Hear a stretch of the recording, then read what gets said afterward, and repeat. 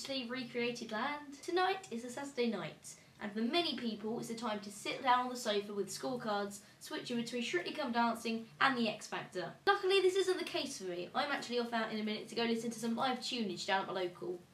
Just before I go, I thought I'd check in with Internet Land just to update you on my Friday evening. Look, I know you're not really interested, but just play a bloody tension, alright? So, the first part of my evening was slightly emotional and also great little trip down memory lane.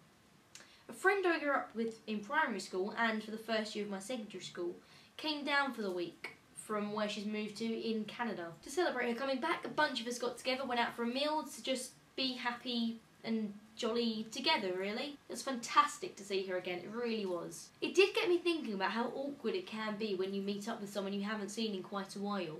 My friend and I hadn't seen each other in 6 years, and I did find at the start of the night our conversation kind of went along the lines of this. Oh my god, hello! Oh my god, it was amazing to see you. How are you? Yeah, I'm just like so totally fantastic. But yeah, what have you been up to? Well, you left and I cried for about 3 days, and then I got a haircut. Oh, I've actually had about 100 of them. But then my goldfish wasn't too well, and so my mum took it to the vet, and then I dyed my hair a different colour. Oh, and then I moved tutors. And then I said to him, look, give it up. I think we're going to need a new washing machine.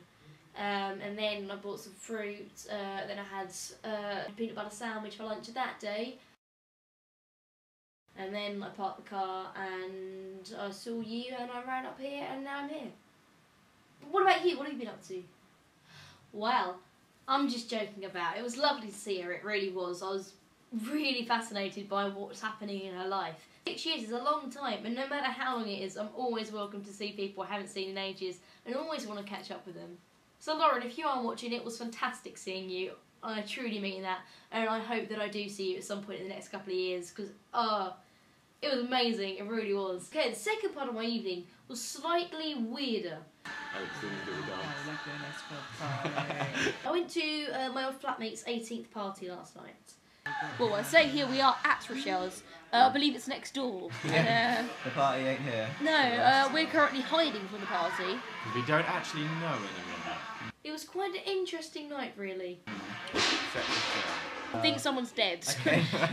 The footage I'm about to show you is my old flatmate, Karl, and my best friend, Alex. People that are geeks like us, you generally find we're not quite the party people.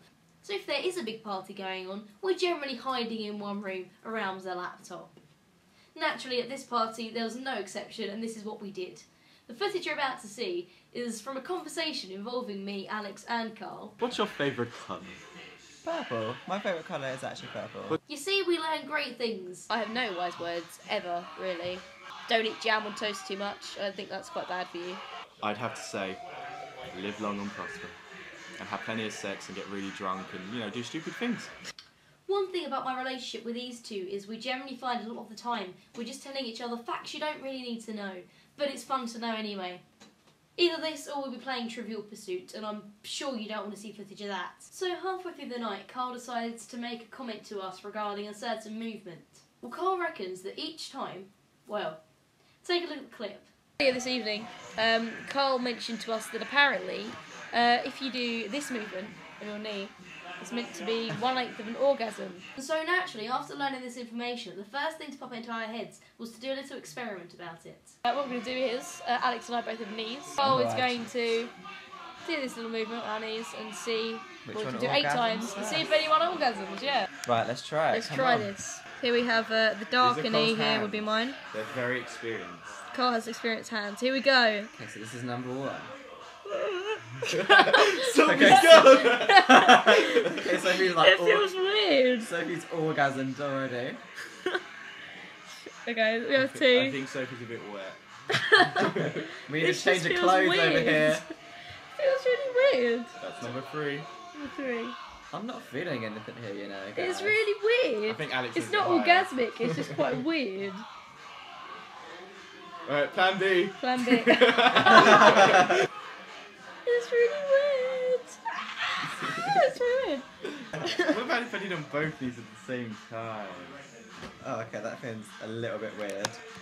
What It about if feels I really did it weird.